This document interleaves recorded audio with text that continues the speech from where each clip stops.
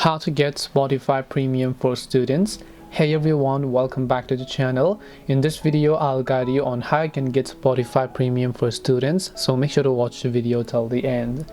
In order to get Spotify Premium for students, all you have to do is open up your browser, so not the app but your browser, and go to spotify.com and log into your Spotify account.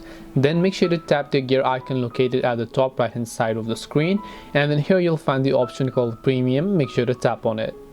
Once you tap the premium option, if you directly tap get started, it will select the premium individual plan, but we want to select a student plan. So what we're going to do is tap the view plans option that you can find here, and over here simply look for the student plan that you're willing. As you can see, the student plan is right over here, which is just USD $1.49 a month.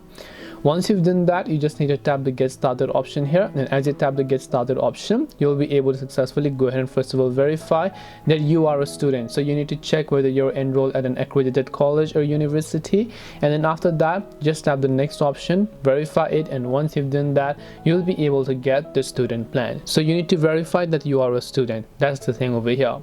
So hope this video helped you. If you have got any questions, feel free to leave them down. Thank you very much for watching till the end of this tutorial, and see you soon in our next video.